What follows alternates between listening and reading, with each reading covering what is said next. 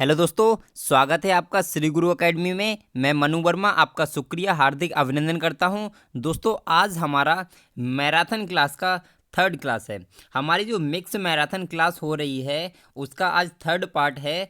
इससे पहले मैंने आपके लिए पार्ट 1 और पार्ट 2 कराया है। यदि आपने उनको नहीं देखा है तो देख लीजिए दोस्तों। यहाँ पर जाइए, बिल्कुल आई बटन दिखेगा कोने में, आपको बिल्कुल कोने में आई बटन दिखेगा और आई बटन पर जाइए, आपको वीडियो मिल जाएगी दोस्तों, वहाँ से आप देख सकते हैं। ठीक है, तो आज हम बात करेंगे हिंदी पेडागोजी, संस्कृत पेडागोजी और आपकी मनोविज्ञान पेडागोजी के कुछ इंपॉर्टेंट क्वेश्चंस होंगे, एकदम marathon class specially for CTET. ठीक है दोस्तों, तो चलिए स्टार्ट करते हैं। लेकिन स्टार्ट करने से पहले एक बार यस कर दीजिए कि हमारी आवाज़ आप तक पहुंच पा रही है एकदम से क्लियर। तो जल्दी से दोस्तों, जल्दी आवाज़ बता दीजिए कि आवाज़ वगैरह सही आ रही है। कोई भी प्रॉब्लम हो तो जल्दी से कमेंट कर दीजिए दोस्तों, जल्दी कमेंट कर दीजिए दोस्तों, फिर उसके बाद हम आगे बढ़ते हैं दोस्तों। जल्दी से सभी लोग कमेंट करिए, यस करिए, यस करिए सभी लोग। बिल्कुल बिल्कुल ठीक है भाई, यस यस करिए सभी लोग। चलिए दोस्तों, हम बात करते हैं। सबसे पहले हम हिंदी पेडागोजी के क्वेश्चंस देखते हैं, उसके बाद हम आगे बढ़ेंगे। ठीक है, तो सबसे पहले हिंदी पेडागोजी का जो फर्स्ट क्वेश्चन है वो है दोस्तों, भाषा शिक्षण में निम्नलिखित में से क्या शिक्षण का सिद्धांत नहीं है। भाषा शिक्षण में निम्नलिखित में से क्या शिक्षण का सिद्धांत नहीं है। दोस्तों जल्दी से कमेंट करिए राइट आंसर। क्रियाशीलता का सिद्धांत, प्रेरणा का सिद्धांत, रुचि का सिद्धांत या फिर अभिरुचि का सिद्धांत। दोस्तों राइट आंसर क्या होगा, जल्दी से कमेंट कीजिए। आप सभी लोगों के आंसर दिखने चाहिए दोस्तों, आप जल्दी से आंसर करिए। आप लोग आंसर नहीं करते हैं, बहुत गलत बात है आपकी ये। ठीक है, तो आंसर करिए दोस्तों। राइट आंसर क्या होगा, तो आपका अभिरुचि का सिद्धांत। दोस्तों ध्यान रखिए, जहां पर आप नहीं आता है ना, तो नहीं को पहले ही आपको अंडरलाइन कर लेना है, जिससे आपका क्वेश्चन कभी गलत ना हो। तो ध्यान रखिए, शिक्षण के अगर सिद्धांत की बात करते हैं, आपका शिक्षण का मैं टॉपिक करा रहा हूं, एक एक टॉपिक कराया है मैंने हिंदी शिक्षण का। ठीक है, अगर आपने उनको नहीं देखा है, इधर आई बटन पर जाइए, आपको मिलेगा। क्योंकि हिंदी क्या होती है, हमें लगती है दोस्तों बहुत सिंपल है, लेकिन क्या होता है कि जब हम करने के लिए क्वेश्चंस करते हैं ना, तो लगता है कि यार पता नहीं कहाँ से होगा। इसमें भी देखिए बहुत सारे लोगों के आंसर्स गलत आ रहे हैं, तो ध्यान रखिए। क्रियाशीलता का सिद्धांत होता है, प्रेरणा का सिद्धांत होता है, रुचि का सिद्धांत भी होता है, लेकिन अभिरुचि का सिद्धांत नहीं होता दोस्तों। ठीक है, भाषा शिक्षण में। चलते हैं दोस्तों नेक्स्ट क्वेश्चन पर। हमारा नेक्स्ट क्वेश्चन है दोस्तों, एक चीज याद रखिए, हमेशा आपसे मैं यही कहना चाहूँगा कि जितना आप पढ़ रहे हैं ना, उतना एकदम से क्लियर करके पढ़िए, कि उसको आपको दोबारा से पढ़ने की ज़रूरत ना पड़े, इस तरीके से पढ़िए। ठीक है, तो आपके द्वारा पढ़ाए जा रहे विषय में छात्र रुचि नहीं ले रहे हैं, एक शिक्षक की दृष्टि से आप क्या करेंगे दोस्तों। ठीक है, बताइए। सभी छात्रों को सजा देंगे, पढ़ाना छोड़ देंगे, अपने पढ़ाने के तरीकों को बदल देंगे, या फिर प्रधानाचार्य से उस कक्षा को बदलने की प्रार्थना करेंगे दोस्तों।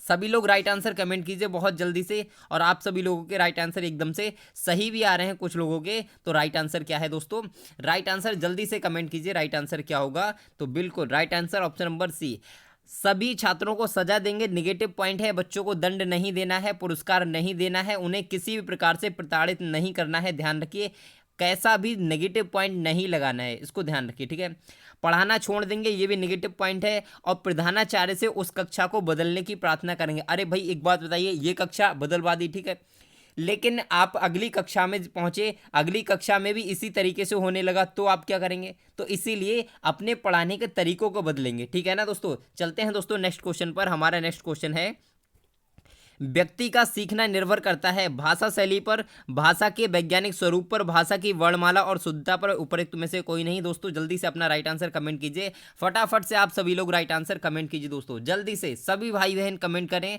कमेंट करें, कमेंट करें सभी भाई बहन। बहुत बढ़िया, बहुत बढ़िया दोस्तों। राइट आंसर क्या होगा कि व्यक्ति का सीखना किस पर निर्भर करता है, क्या भाषा की शैली पर। बिल्कुल गलत हो जाएगा दोस्तों, बिल्कुल गलत है। भाषा के वैज्ञानिक स्वरूप पर, बिल्कुल गलत। भाषा की वर्णमाला और शुद्धता पर, भाषा की वर्णमाला और शुद्धता पर व्यक्ति का सीखना निर्भर करता है दोस्तों। ध्यान रखिए, यही आपका राइट आंसर हो जाएगा दोस्तों। ठीक है, चलते हैं नेक्स्ट क्वेश्चन पर। और कुछ भाई बहन हमारे कहते हैं कि सर एकदम से धुआं धुआं कर दीजिए, मजा आ जाना चाहिए। तो आपको मजा आ जाएगा, कसम से आपको मजा आ जाएगा, लगेगा कि हाँ वाकई में बहुत ही जबरदस्त तरीके से क्लास चल रही है, तो आप कहना दोस्तों। ठीक है, तो यहां पर बात करते हैं उच्च कक्षाओं में। उच्च कक्षाओं में क्या होना चाहिए, भाषा कौशल साध्य है और साधन है साहित्य। भाषा कौशल केवल साध्य है और आपका जो साधन है वो आपका साहित्य है। उच्च कक्षाओं की बात चल रही है, ठीक है। भाषा की पाठ्य पुस्तक अत्यंत महत्वपूर्ण है, या फिर साहित्य साध्य है और भाषा कौशल साधन है, या फिर केवल छंद अलंकारों को समझने के प्रयास करना ही भाषा शिक्षण का उद्देश्य है। दोस्तों राइट आंसर जल्दी से कमेंट कीजिए क्या हो सकता है। तो एक चीज मैंने आपको जब भी पढ़ाता हूं तो मैं आपके लिए बताता हूं, कहीं पर भी आपको केवल दिखे ना तो वो आपका नेगेटिव पॉइंट होता है, कट जाता है। केवल हमेशा 99% गलत आंसर होता है, ठीक है। जहां पर केवल आता है ना वो आपका 99% गलत आंसर होता है, तो उसको तुरंत काट दीजिए, ठीक है।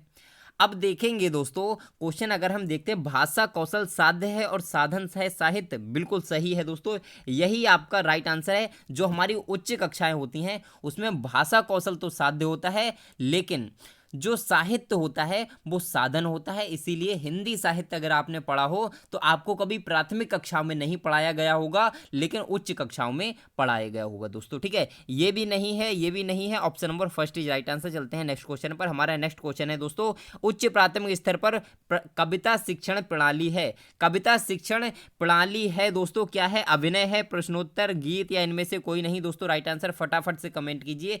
उच्च प्राथमिक स्तर पर बात की जा रही है, उच्च प्राथमिक स्तर पर बात की जा रही, तो ध्यान रखिए उच्च प्राथमिक स्तर पर कविता शिक्षण की जो प्रणाली है वो क्या होगी दोस्तों?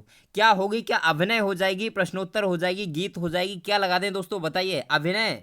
अभिनय तो नहीं होगी दोस्तों, गीत बिल्कुल गलत हो जाएगी। तो ध्यान रखिए right answer option number 20 right answer, ठीक है दोस्तों। बहुत बढ़िया दोस्तों, चलते हैं नेक्स्ट क्वेश्चन पर। हमारा नेक्स्ट क्वेश्चन है, भाषा में रचनात्मक आकलन का सर्वाधिक बेहतर उदाहरण क्या है दोस्तों? बच्चों को अपने खट्टे मीठे अनुभव लिखने के लिए कहना, श्रुतलेख लिखवाना, या फिर बच्चों के उत्तर लिखवाना, या फिर इकाई परीक्षा लेना। रचनात्मक आकलन करना है बच्चों को, बच्चों का हमें रचनात्मक आकलन करना है। तो दोस्तों क्या करना चाहिए? जल्दी से राइट आंसर सभी भाई बहन कमेंट करें, सभी भाई बहन कमेंट करें। क्या होगा राइट आंसर? बिल्कुल option number D is right answer, लेकिन आपका गलत हो जाएगा दोस्तों, डी नहीं होगा, गलत हो जाएगा, ठीक है। रचनात्मक आकलन की बात हो रही तो बच्चों से कहेंगे कि क्या अपने खट्टे मीठे अनुभव लिखने के लिए कहना, मतलब अपने जो अनुभव हैं उनकी लाइफ के, जो भी उन्होंने सीखा है उनके बारे में लिखना। ध्यान रखेंगे ऐसे क्वेश्चन आपके लिए गलत हो जाते हैं, आधे से ज्यादा लोगों के आंसर गलत हैं दोस्तों, ठीक है। तो चलिए दोस्तों चलते हैं नेक्स्ट क्वेश्चन पर। हमारा नेक्स्ट क्वेश्चन है, विषय वस्तु के पठन के समय कौन से सुधार करवाए जाते हैं दोस्तों? श्रुत लेख, शास्त्र पाठन, वाक्य रचना, या फिर इनमें से सभी? बताइए दोस्तों राइट आंसर जल्दी से कमेंट कीजिए सभी लोग। बहुत बढ़िया, सभी लोग कमेंट करें। क्या सभी हो जाएगा? क्या सभी राइट आंसर हो सकता है दोस्तों? ध्यान रखिए हमेशा सभी राइट आंसर नहीं होता, हमेशा सभी राइट आंसर नहीं होता, ध्यान रखिए इस चीज के लिए, ठीक है। तो राइट आंसर क्या होगा दोस्तों? तो विषय वस्तु के पठन के समय कौन से सुधार करवाए जाते हैं? तो श्रुतलेख भी करवाया जाता है, ठीक है, शास्त्र पाठन भी करवाया जाता है, वाक्य रचना भी करवाई जाती है, इसीलिए option number D is right answer. चलते हैं नेक्स्ट क्वेश्चन पर दोस्तों। मैं देखिए कितना मेहनत कर रहा हूं दोस्तों आपके लिए, कभी भी आपके टॉपिक से अलग हटकर बात नहीं करता, आपके बारे में बात नहीं करता, अपने बारे में बात नहीं करता, किसी चीज के बारे में बात नहीं करता, सिर्फ और सिर्फ फोकस रखता हूं तो दोस्तों स्टडी पे, ठीक है। क्यों? क्योंकि मैं चाहता हूं, क्योंकि मैं ये चाहता हूं दोस्तों कि आपके लिए ज़्यादा से ज़्यादा बेटर से बेटर तरीका मैं आपके लिए अपना सकूं, जिससे आपकी बेहतर तैयारी हो सके दोस्तों, ठीक है ना। मैं कभी टाइम पास करना नहीं चाहता। टाइम पास करने के लिए आपने देखे होंगे बहुत सारे लोग क्वेश्चन 10 कराते हैं, 1 घंटा खत्म कर देते हैं, आपका बर्बाद कर देते हैं। तो ऐसा नहीं करना है मुझे, ठीक है ना। ज़्यादा से ज़्यादा मैटर आपको कराना है, समझाना है। ऐसा नहीं है कि आपको भगाते रहना है, भगाते रहना है। आप देखिए हर क्वेश्चन के लिए मैं बारीकी से समझाता हूं दोस्तों, ठीक है ना। तो हमेशा क्वेश्चन को जल्दी कराना है। आपके कमेंट में इसीलिए जल्दी हो, कभी भी आपका 1 मिनट वेस्ट ना हो, इसीलिए मैं आपके जो आपका कमेंट होता है वो कमेंट बॉक्स में देता हूं, कभी मुंह से नहीं बोलता। क्यों? क्योंकि आपका समय बच पाए। लेकिन उसके बाद भी आप लोग क्या करते हो? छोड़ के भागते हो। मैं इतना सब कुछ कराने के बाद में, इतनी मेहनत करता हूं उसके बाद भी, तो बुरा लगता है दोस्तों, ठीक है। अच्छा लग रहा हो तो लाइक करिए दोस्तों, लाइक करिए, लाइक करिए, लाइक करिए, ठीक है। अब बात करते हैं, लोकगीतों की भाषा को कक्षाओं में स्थान दिया जाना चाहिए क्योंकि इनसे बच्चे संस्कृतिगत विशेषताओं से परिचित होते हैं।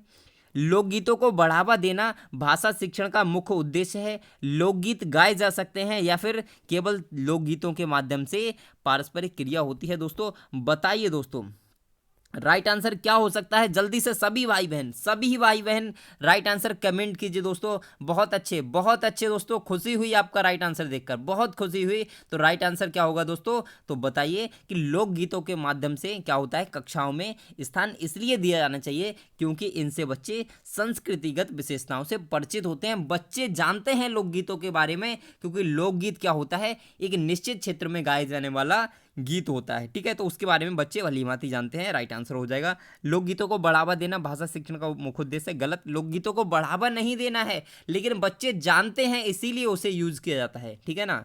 लोकगीत गाए जा सकते हैं क्या? लोकगीत ही गाए जा सकते हैं, कविता नहीं गाई जा सकती क्या? गलत हो जाएगा। केवल लोकगीत, अब देखिए केवल आया तुरंत काट दीजिए, मैंने आपको बता दिया है। ठीक है, राइट आंसर इसी तरीके से निकालना सीखिए कि आपके जो रॉन्ग ऑप्शंस हैं उनको हटाना सीखिए दोस्तों। ठीक है, चलते हैं नेक्स्ट क्वेश्चन पर। हमारा नेक्स्ट क्वेश्चन है, किस विधि के द्वारा पढ़ाने पर गद्य के गुण दोषों की आलोचना करनी पड़ती है? व्यास विधि, तुलना विधि, खंड काव्य विधि या फिर समीक्षा विधि? ये खंड काव्य होगा दोस्तों। ठीक है, थोड़ा सा मिस्टेक हो गया है। खंड काव्य विधि, खंड काव्य विधि दोस्तों। बताइए राइट आंसर क्या हो सकता है? जल्दी से बताइए दोस्तों, सभी भाई बहन जल्दी से कमेंट करें। बहुत ही टफ क्वेश्चन है दोस्तों, बहुत टफ क्वेश्चन है, हार्ड क्वेश्चन है, लेकिन मोस्ट इंपोर्टेंट क्वेश्चन है दोस्तों, मोस्ट इंपोर्टेंट क्वेश्चन है। इस टाइप के क्वेश्चन आपके आते हैं दोस्तों। तो राइट आंसर क्या होगा कि किस विधि के द्वारा पढ़ाने पर गद्य के गुण दोषों की आलोचना करनी पड़ती है? तो ध्यान रखिए, व्यास विधि में ऐसा नहीं होता है। तुलना विधि में क्या होता है, दो चीजों की समान रूप से तुलना की जाती है। खंड काव्य विधि नहीं होगा, समीक्षा विधि इज द राइट आंसर, यानी कि option number D is the right answer. चलते हैं दोस्तों नेक्स्ट क्वेश्चन पर। हमारा नेक्स्ट क्वेश्चन है दोस्तों, हमारा नेक्स्ट क्वेश्चन है, कविता शिक्षण के संदर्भ में आप किस बिंदु को, एक मिनट रुकिए, थोड़ा सा स्लाइड को छोटा करते हैं जिससे आपको क्वेश्चन पूरा दिखे। कविता शिक्षण के संदर्भ में आप किस बिंदु को सर्वाधिक महत्व देते हैं दोस्तों? कविता का एक निश्चित अर्थ होता है, कविता के एक से अधिक अर्थ हो सकते हैं, कविता में सामाजिक परिस्थितियों की झलक नहीं होती, या फिर कविता में राजनीतिक परिस्थितियों की झलक नहीं होती? दोस्तों राइट आंसर फटाफट से कमेंट कीजिए, फटाफट से कमेंट कीजिए। आप बहुत नए नए क्वेश्चंस देखते होंगे। ठीक है, मैं वो क्वेश्चन नहीं कराता हूं जो रिपीटेशन बार बार वही कराए पड़े, कराए पड़े, ऐसा नहीं है दोस्तों। जो क्वेश्चन एग्जाम में आते हैं, आने की संभावना रहती है, वही क्वेश्चन कराने चाहिए हमेशा। ठीक है ना। तो राइट आंसर फटाफट से कमेंट कीजिए दोस्तों। क्या कविता शिक्षण के संदर्भ में आप किस बिंदु को सर्वाधिक महत्व देंगे? कविता का एक निश्चित अर्थ होता है दोस्तों, ऐसा है? गलत है एकदम से। कविता का कोई निश्चित अर्थ नहीं होता, आप अपने शब्दों में भी थोड़ा बहुत उसमें ऐड कर सकते हैं, तो ये गलत हो जाएगा। कविता के एक से अधिक अर्थ हो सकते हैं। अब दोस्तों यहीं पे आपका क्वेश्चन बन गया। बन कैसे गया? जब आपने ये सीख लिया कि कविता का एक निश्चित अर्थ होता है, जब ये गलत है तो यानी कि एक से ज़्यादा होता है अर्थ। राइट आंसर ऑप्शन नंबर भी मिल गया, कोई दिक्कत ही नहीं है। कविता में सामाजिक परिस्थितियों की झलक नहीं होती, गलत हो जाएगा, नेगेटिव पॉइंट है। और इसमें भी नहीं दिया, नेगेटिव पॉइंट है, तो नेगेटिव पॉइंट तो कोई भी लगाना ही नहीं है दोस्तों। जितने भी पेडागोजी के क्वेश्चन होंगे, किसी में भी आप नेगेटिव पॉइंट नहीं लगाएंगे दोस्तों। ठीक है, अब चलते हैं दोस्तों नेक्स्ट क्वेश्चन पर, और हमारा हिंदी पेडागोजी का आज का लास्ट क्वेश्चन होगा। उसके बाद हम शुरू करते हैं संस्कृत पेडागोजी। तो दोस्तों यहां पर देखते हैं कि भाषा विकास का द्वितीय चरण निम्नलिखित में से क्या है? बोलना, पढ़ना, लिखना, सुनना। दोस्तों क्या हो सकता है? भाषा विकास की बात की जा रही है, द्वितीय चरण बताना है दोस्तों। फटाफट से सभी भाई बहन द्वितीय चरण बताएं, जल्दी से कमेंट कीजिए, द्वितीय बताएं दोस्तों, जल्दी से कमेंट कीजिए, जल्दी कमेंट कीजिए। तो दोस्तों ध्यान रखेंगे, आपको मैंने बताया था, आज ही आपको पढ़ाया था इसके बारे में, आज ही मैंने आपको पढ़ाया था। भाषा कौशल का चैप्टर मैंने आज ही आपको कराया था। नहीं किया है तो आप इधर जाइए, आई बटन पर देख लीजिए, आपको मिल जाएगा।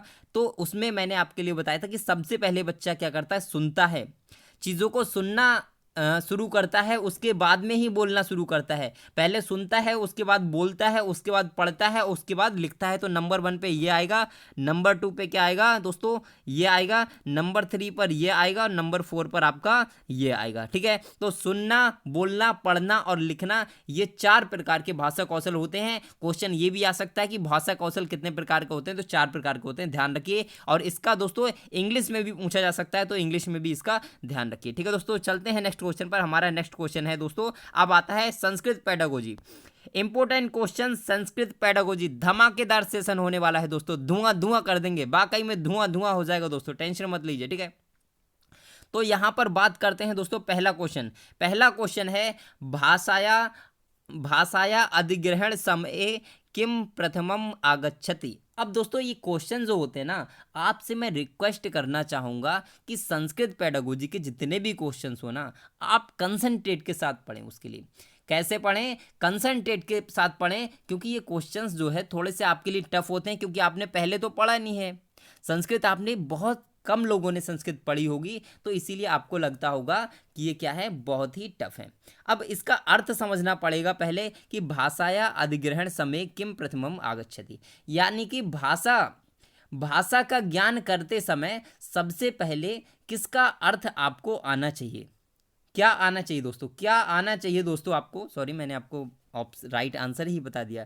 तो ध्यान रखना कि भाषा का अधिग्रहण करते समय, यानी कि भाषा को सीखते समय सबसे पहले हमें क्या करना चाहिए, क्या अर्थ होना चाहिए। उभयम रूपम अर्थश्च वर्णमालाया अक्षराति या फिर रूपम। तो ध्यान रखिए, भाषा का अधिग्रहण करते हुए यानी कि भाषा को सीखते समय सबसे पहले हमें उसका अर्थ समझना चाहिए। तो right answer option number first is right answer. चलते हैं नेक्स्ट क्वेश्चन पर, और हमारा नेक्स्ट क्वेश्चन है दोस्तों, हमारा नेक्स्ट क्वेश्चन है अधोलिखित वाक्येषु कतमम ना समीचीनम। अधोलिखित वाक्येषु कतनम ना समीचीनम, इसका राइट आंसर आप लोग फटाफट से कमेंट कर दीजिए दोस्तों, जल्दी से इसका राइट आंसर आप सभी लोग कमेंट कीजिएगा। आप सभी लोग राइट आंसर कमेंट नहीं करते तो आपको मुझे थोड़ा सा अच्छा नहीं लगता कि आप कमेंट नहीं करते, ठीक है। अब इसमें क्या है, इसमें पूछा गया है कि किसमें जो है, एक सेकेंड रुकिए दोस्तों, एक सेकेंड रुकिए। हाँ तो दोस्तों, इसमें क्या था, मैं आपके लिए बताने वाला था कि ये प्रश्न जो है आपके लिए गलत दिया हुआ है। गलत नहीं है दोस्तों, गलत इसलिए है क्योंकि ये 2014 का क्वेश्चन है। संस्कृत में आपका 2014 सीटेट का क्वेश्चन है, जिसको गलत माना गया था। इसमें जो चारों विकल्प दिए गए हैं और चारों के चारों विकल्प आपके गलत थे दोस्तों।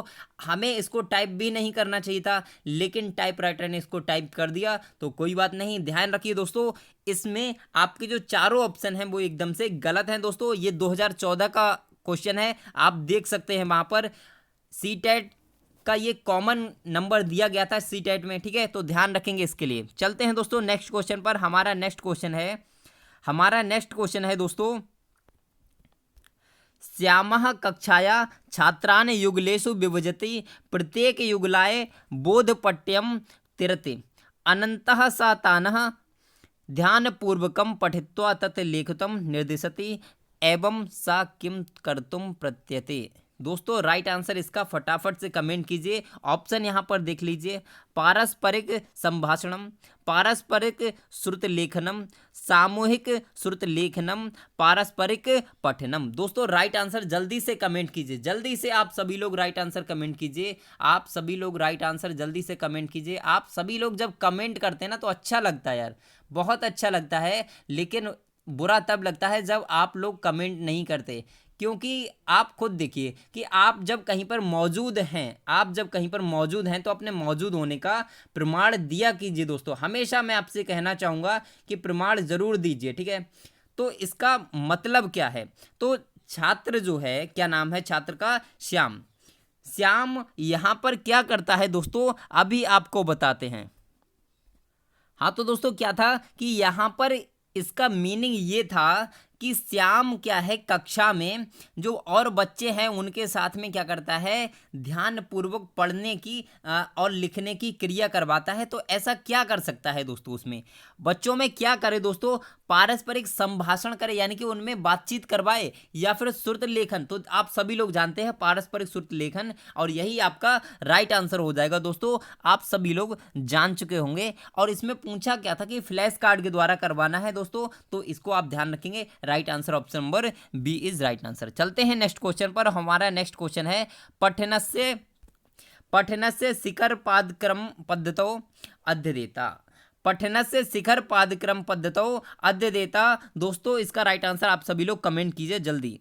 तो दोस्तों आपका जो ऑप्शन था, पूर्णात अवयवान प्रति गच्छति, लंबमान गच्छति, प्रस्यमान गच्छति, या फिर अवमेन्य पूर्ण प्रति गच्छति। दोस्तों क्या होता है कि हमने भी मतलब क्या कहते हैं कि इंग्लिश बोलते बोलते और हिंदी बोलते बोलते कभी कभी ऐसा लगता है कि यार संस्कृत में थोड़ा सा मतलब अटकना सा लगता है, बोलते हुए कुछ अजीब सा ही फील होता है, ठीक है ना। तो यहाँ पर बात करते हैं दोस्तों कि इसका राइट आंसर क्या हो सकता है, तो जल्दी से बताइए राइट आंसर क्या हो सकता है। तो ध्यान रखिए ये है क्या, क्वेश्चन को पढ़िए पहले। पठनस्य शिखर पादक्रम पद्धतौ अध्येता, यह क्या है कि पढ़ने की शिखर पादक्रम पद्धति जो है वह क्या बताती है दोस्तों, क्या बताती है या फिर किस पर बल देती है दोस्तों। तो आप ध्यान रखिए जो पढ़ने की शिखर पाद पद्धति है, जो पढ़ने की शिखर पाद पद्धति है उसमें पूर्णात अवयवान प्रति गच्छति, पूर्णात अवयवान प्रति गच्छति, ये क्या है कि जो अध्ययन करता है, अध्ययनकर्ता या फिर रुचिकर्ता जो होता है वो पूर्ण रूप से अवयवों को प्राप्त करने की जो प्रक्रिया होती है उसके प्रति आस्थावान होता है या फिर उसके प्रति जाता है। तो पूर्णात अवयवान प्रति गच्छति, यही इसका राइट आंसर हो जाएगा। अब चलते हैं नेक्स्ट क्वेश्चन पर, और हमारा नेक्स्ट क्वेश्चन है केचन बालः कक्षायाम अवरोधन कारणात् भयात वाना बदंते एदत अस्ति। दोस्तों राइट आंसर जल्दी से कमेंट कीजिए, क्या फर्स्ट हो सकता है, सेकंड हो सकता है, थर्ड हो सकता है या फोर्थ हो सकता है, जल्दी बताइए। परिवेशीय बाधा हो सकता है या सामाजिक बाधा, शारीरिक बाधा या मनोवैज्ञानिक बाधा। दोस्तों राइट आंसर फटाफट से कमेंट कीजिए आप सभी लोग। इसका राइट आंसर बहुत सिंपल होगा दोस्तों, आप सभी लोग जानते भी होंगे, आप सभी लोग इसका राइट आंसर जानते होंगे। जल्दी से कमेंट कीजिए, मुझे सभी लोगों के राइट आंसर चाहिए दोस्तों, सभी लोगों के। अर्थ को समझने की कोशिश कीजिएगा कि प्रश्न कहना क्या चाहता है। तो इसका मतलब यह है कि बहुत सारे जो बच्चे होते हैं वो अध्ययन करते वक्त प्रश्नों को, मतलब डाउट तो होता है, प्रश्नों में डाउट होता है उनके लिए, लेकिन फिर भी कहते नहीं हैं। इस भय से नहीं कहते कि और जो बच्चे हैं वो इससे डिस्टर्ब होंगे। तो ये क्या होता है दोस्तों, ये उनके मन की भावना होती है, यानी कि मनोवैज्ञानिक बाधा होती है। तो इसको ध्यान रखिए दोस्तों, right answer option number D is right answer. चलते हैं नेक्स्ट क्वेश्चन पर, और हमारा नेक्स्ट क्वेश्चन है दोस्तों, बहुत अच्छा क्वेश्चन है। शिक्षार्थिना त्रुटि संशोधनार्थ शिक्षिका। तो इसको ध्यान रखेंगे कि जो शिक्षार्थी होता है, शिक्षक सदैव शिक्षार्थियों के त्रुटि संशोधन हेतु क्या करता है दोस्तों, क्या करता है दोस्तों, शिक्षक जो होता है छात्रों की त्रुटि के संशोधन के लिए क्या करता है दोस्तों। राइट आंसर फटाफट से कमेंट कीजिए, क्या फर्स्ट हो सकता है या सेकंड हो सकता है या फोर्थ हो सकता है। दोस्तों बताइए राइट आंसर क्या हो सकता है, जल्दी से कमेंट कीजिए, आप सभी लोग राइट आंसर कमेंट करें, क्या हो सकता है दोस्तों, जल्दी बताइए राइट आंसर क्या हो सकता है, तो बताइए। तो ध्यान रखेंगे option number B is right answer, यानी कि छात्रान स्रोतसाह्यम आशावादी प्रवृत्ति धारित, यानी कि छात्रों का आशावादी, छात्रों में आशावादी प्रवृत्ति जो है उसको धारण कराना क्या होता है, ये उद्देश्य होता है। इसको आप ध्यान रखेंगे, ठीक है। तो दोस्तों चलते हैं नेक्स्ट क्वेश्चन पर, और हमारा नेक्स्ट क्वेश्चन है अधनस्त नेपु कतमः भाषा परिवारा भारते ना विराजते, यानी कि बताइए दोस्तों राइट आंसर क्या होगा। बहुत सिंपल क्वेश्चन है ये, तो बहुत ही सिंपल क्वेश्चन है, और दोस्तों कई बार आ चुका है ये क्वेश्चन, कई बार क्वेश्चन आ चुका है दोस्तों। बताइए राइट आंसर क्या हो सकता है, जल्दी बताइए दोस्तों, जल्दी से बताइए। तो दोस्तों ये आपका जो क्वेश्चन है, ये क्वेश्चन आपका हिंदी में भी आता है, हिंदी पेडागोजी में भी ये क्वेश्चन आपका आता है दोस्तों। क्या आता है कि निम्न में से कौन सा भारोपीय परिवार की भाषा है दोस्तों, इस टाइप से क्वेश्चन आता है, आपने देखा होगा दोस्तों, कौन सी निम्न में से भारोपीय परिवार की भाषा है, इस टाइप से क्वेश्चन आता है। तो दोस्तों बताइए कौन सी इसमें पूछा है, नहीं है दोस्तों। अधनस्थ कतमा भाषा परिवारे भारते ना विराजती, यानी कि भारत में नहीं है दोस्तों, ये पूछा है दोस्तों। तो भारत की भाषा द्रविड़ भी है, तिब्बत भी है और इंडो आर्यन भी है, लेकिन अत्ताइक नहीं है, यानी कि इटालियन। अत्ताइक जो है, इटैलिक को अत्ताइक बोला जाता है दोस्तों। तो ध्यान रखेंगे जो आपकी इटैलिक या फिर अत्ताइक है वो आपकी भारत की भाषा नहीं है, यानी कि भारोपीय परिवार की भाषा नहीं है दोस्तों। चलते हैं नेक्स्ट क्वेश्चन पर, और हमारा नेक्स्ट क्वेश्चन मिलता है दोस्तों पठनम नाम आपका ऑप्शन दोस्तों पढ़ लीजिए। अक्षराणि शब्दानाम च कूट ज्ञानम, और सेकंड ऑप्शन है आपका संपूर्ण शब्दावल्य अधिगमा, या फिर थर्ड ऑप्शन भाषा अधिगमा, या फिर अर्थकरणम। दोस्तों राइट आंसर जल्दी से कमेंट कीजिए आप सभी लोग फटाफट से। दोस्तों प्रश्न के अर्थ को समझिए, प्रश्न क्या कहना चाहता है उसके अर्थ को समझिए। पठनम नाम यानी कि पठन क्या है दोस्तों, पठन क्या है दोस्तों। अब बताइए, अक्षराणाम शब्दानाम च कूटज्ञानम, संपूर्ण शब्दवल्य अधिगमा, या फिर भाषा अधिगमा दोस्तों, या फिर अर्थकरणम, क्या हो सकता है दोस्तों। तो ध्यान रखिए, आप सभी लोग जानते हैं कि पठनम क्या है, पढ़ना क्या है, तो भाषा का अधिकरण यानी कि अर्थ को समझना है, अर्थ को समझना है भाषा के, यही क्या है पठनम है, ठीक है, यानी कि पढ़ना है। अब चलते हैं दोस्तों नेक्स्ट क्वेश्चन पर। हमारा नेक्स्ट क्वेश्चन है दोस्तों, अनुमानम एकम उपकौशलम अस्ति, अनुमानम एकम उपकौशलम अस्ति। दोस्तों बताइए राइट आंसर क्या हो सकता है दोस्तों, क्या हो सकता है बताइए। टिप्पणी करणम, पठनस्य, समूह करणस्य, या फिर सारांश करणस्य। दोस्तों राइट आंसर फटाफट से आप सभी लोग कमेंट कीजिए, जल्दी से कमेंट कीजिए सभी भाई बहन। हाँ दोस्तों बताइए इसका राइट आंसर क्या हो सकता है, जल्दी से बताइए सभी लोग, जल्दी से बताइए। टिप्पणी करना से, पठना से, समूह करना से, या फिर सारांश करना से। फटाफट से सभी लोग आंसर कमेंट कीजिए, सभी लोग आंसर कमेंट कीजिए। दोस्तों आप सभी लोग कमेंट नहीं करते हैं दोस्तों, अच्छा नहीं लगता कि आप सभी लोग कमेंट नहीं करते, जल्दी से कमेंट कीजिए दोस्तों। राइट आंसर क्या हो सकता है, तो ध्यान रखिए option number first is right answer, यानी कि अनुमानम एकम उपकौशलम अस्ति। क्या ये हो सकता है दोस्तों, बताइए जल्दी से, क्या ये हो सकता है। तो आप कहोगे गलत हो जाएगा दोस्तों, अगर आप ये बताएंगे तो आपका गलत हो जाएगा। इसका अर्थ समझिए पहले, इसमें कहा गया कि निम्न में से कौन सा एक आपका उपकौशल है, कौन सा आपका उपकौशल है, यानी कि भाषा कौशल पूछा है दोस्तों। तो क्या है आप सभी लोग जानते हैं, टिप्पणी करने से कुछ भी नहीं है दोस्तों, ठीक है। ये दोस्तों रीडिंग होगा, ई होगा ये, ठीक है, रीडिंग है, बिल्कुल ठीक है दोस्तों, यही option number second is right answer, यानी कि जो पठन से होता है, रीडिंग होता है, वो आपका भाषा कौशल होता है, आप सभी लोग जानते हैं। समूह करना से नहीं होता है दोस्तों, सारांश करना से नहीं होता है। चलते हैं नेक्स्ट क्वेश्चन पर। हमारा नेक्स्ट क्वेश्चन है दोस्तों, सुनीताया भाषा नियमानाम रूपाणाम च ज्ञानम अस्ति एतेन तस्या विकासः अस्ति। दोस्तों बताइए इसका राइट आंसर क्या हो सकता है। इसका अर्थ समझिए पहले दोस्तों, अर्थ समझना बहुत इंपॉर्टेंट है। तो इसका अर्थ है कि सुनीता नाम की एक छात्रा है, उसको भाषा और भाषा के जो नियम हैं और रूप हैं उनका ज्ञान है अच्छे से, ठीक है। तो इस तरीके से उसमें किस तरीके का विकास हो चुका है दोस्तों, ये आपको बताना है। भाषा सामर्थ्य का ज्ञान हो चुका है, क्या उसमें भाषा सामर्थ्य का ज्ञान हो चुका है, या फिर ये भाव होगा दोस्तों यहाँ पे, ठीक है, भाव होगा, बहुभाषिक सामर्थ्य का हो चुका है, या फिर द्विभाषिक सामर्थ्य हो चुका है, या फिर संप्रेषण सामर्थ्य हो चुका है। दोस्तों जल्दी से बताइए राइट आंसर क्या हो सकता है। और आपने अगर जरा सा भी दिमाग लगाया इसमें तो आप बड़े सिंपल तरीके से इसको आप कर दोगे, आपको कोई भी प्रॉब्लम नहीं होगी।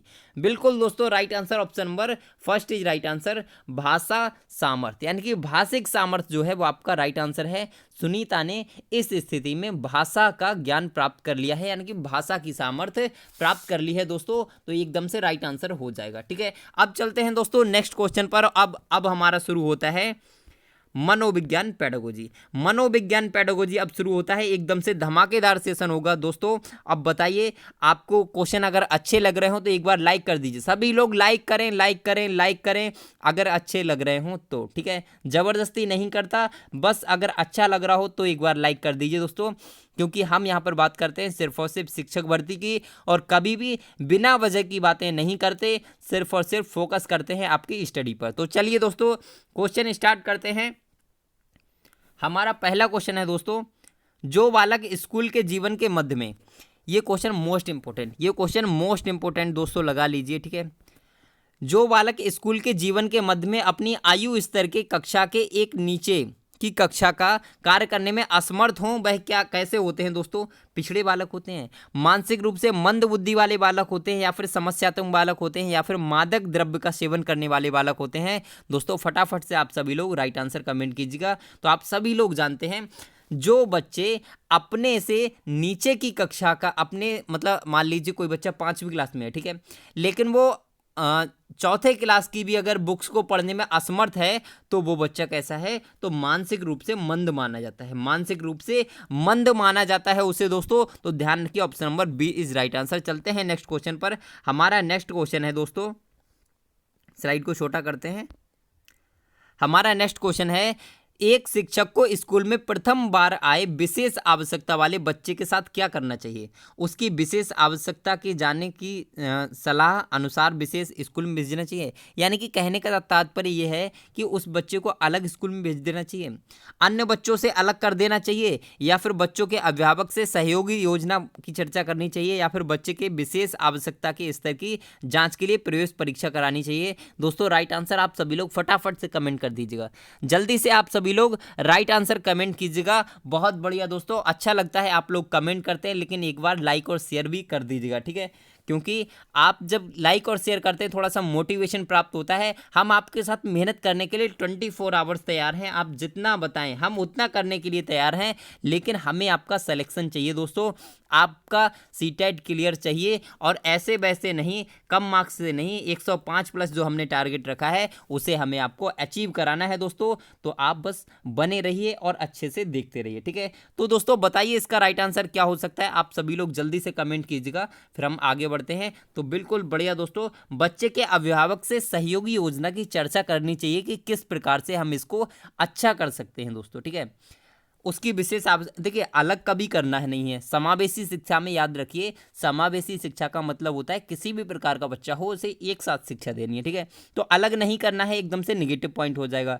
अन्य बच्चों से अलग नहीं करना है, ये भी वही है, ठीक है। तो इसीलिए आपका यही आपका राइट आंसर हो जाएगा। प्रवेश परीक्षा नहीं करानी है दोस्तों, इससे तो कोई मतलब ही नहीं है। अब चलते हैं दोस्तों नेक्स्ट क्वेश्चन पर। हमारा नेक्स्ट क्वेश्चन आता है दोस्तों, बहुत बढ़िया दोस्तों, बहुत बढ़िया। सभी लोग कोई भी क्लास छोड़कर ना जाए, अगर वीडियो अच्छी लग रही हो तो क्लास छोड़कर मत जाइए दोस्तों, क्योंकि वाकई में आपके क्वेश्चंस बहुत अच्छे हैं, ठीक है। तो शैक्षिक भ्रमण अधिगम के लिए आवश्यक साधन क्यों है, शैक्षिक भ्रमण अधिगम के लिए आवश्यक साधन है क्यों दोस्तों, ये बताइए, ठीक है। ऑप्शन नंबर फर्स्ट, यह रटने की आदत का विकास करता है। क्या ये रटने की आदत का विकास करता है दोस्तों, बताइए राइट आंसर हो सकता है, तो आपका वो बिल्कुल गलत है, नेगेटिव पॉइंट है।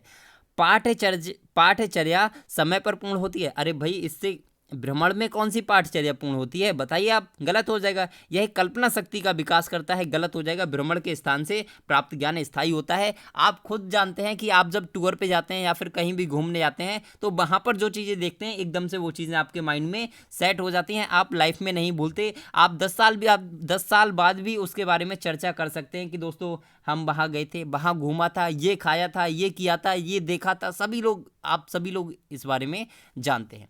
चलते हैं नेक्स्ट क्वेश्चन पर, और हमारा नेक्स्ट क्वेश्चन आता है दोस्तों, किसी बालक की वास्तविक आयु 8 वर्ष है और मानसिक आयु 12 वर्ष है, तो उसकी बुद्धि लब्धि कितनी होगी। अब दोस्तों एक सूत्र होता है, सूत्र क्या होता है दोस्तों, मानसिक आयु बटे वास्तविक आयु गुणा 100। मानसिक आयु बटे वास्तविक आयु, मानसिक आयु बटे वास्तविक आयु गुणा आपका 100, यानी कि गुणा 100 दोस्तों, ये आपका सूत्र होता है, और इस सूत्र से आप निकाल सकते हैं मानसिक आयु आपकी कितनी है। तो मानसिक आयु है 12 वर्ष, और आपकी जो वास्तविक आयु वो 8 वर्ष है, और गुणे में 100 कर दीजिए। आप इतना तो कर ही लेंगे, मुझे पूरा भरोसा है, आप बहुत होशियार हैं, ठीक है, मल्टी टैलेंटेड हैं आप, मैं भली भांति जानता हूँ। आपका राइट आंसर आ जाएगा एकदम से निकल के 150 दोस्तों, ठीक है, क्योंकि मुझे टाइम वेस्ट नहीं कराना है, आपका फटाफट से करवाना है। मैं आपका 2 मिनट या 4 मिनट इस क्वेश्चन में वेस्ट करूं तो उससे कोई फायदा नहीं होगा, क्योंकि आप उसको कर सकते हैं। लेकिन दोस्तों इसके साथ साथ आप ये जरूर बताइए कि ये जो सूत्र दिया था मानसिक आयु गुणा वास्तविक आयु, मानसिक आयु बटे वास्तविक आयु गुणा 100, जो सूत्र दिया था वो किसने दिया था दोस्तों, ठीक है। जल्दी से कमेंट कीजिए, सभी भाई बहन जल्दी से कमेंट करें, ठीक है, जरूर सभी भाई बहन कमेंट करें। कुछ लोग कमेंट करते ही नहीं हैं, कुछ लोग तो ऐसा लगता है ना जैसे मौन धारण करके आते हैं और बस चले जाते हैं, कोई मतलब ही नहीं है कि क्या हो रहा है। तो ऐसा नहीं करना है दोस्तों, ठीक है ना। आप सभी लोग कमेंट कीजिएगा तो बहुत अच्छा लगता है, आपको भी अच्छा लगेगा। कमेंट करके देखिए, जो लोग नहीं कर रहे ना, आप कमेंट करके देखिए, आपको बहुत अच्छा लगेगा, ठीक है।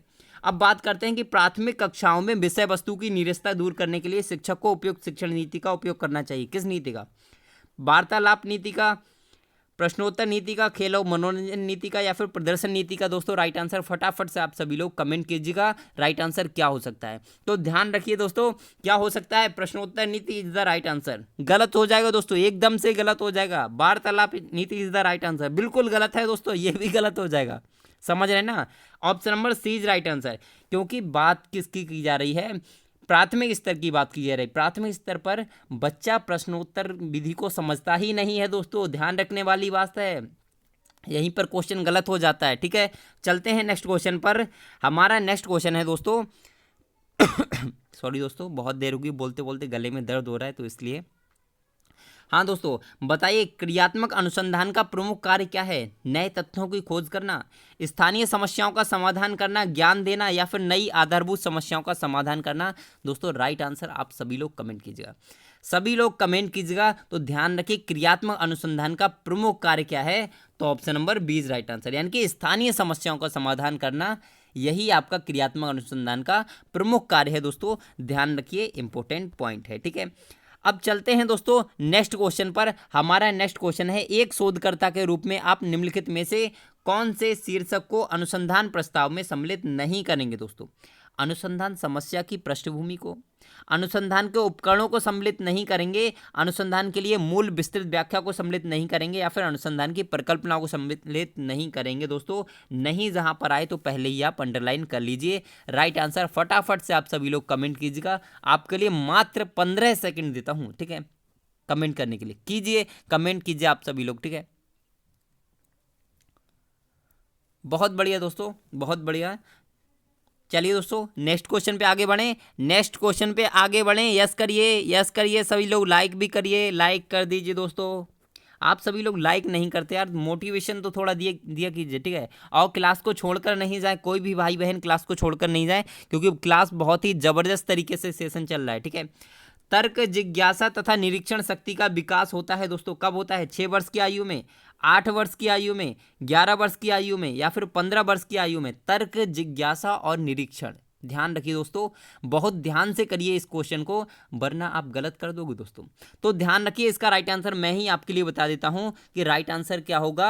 बताइए दोस्तों, आप ही बताइए। Right answer option number C is right answer, option number C is right answer दोस्तों। यानी कि 11 वर्ष की आयु में बच्चे में तर्क, जिज्ञासा और निरीक्षण शक्ति का विकास हो जाता है दोस्तों। ठीक है, चलते हैं नेक्स्ट क्वेश्चन पर। हमारा नेक्स्ट क्वेश्चन है, किसने कहा एक व्यक्ति का दूसरे व्यक्ति से अंतर एक सार्वभौमिक घटना जान पड़ती है? दोस्तों बताइए जल्दी से, इसका राइट आंसर कमेंट कीजिए, राइट आंसर जल्दी से कमेंट कीजिए दोस्तों, आप सभी लोग कमेंट करें।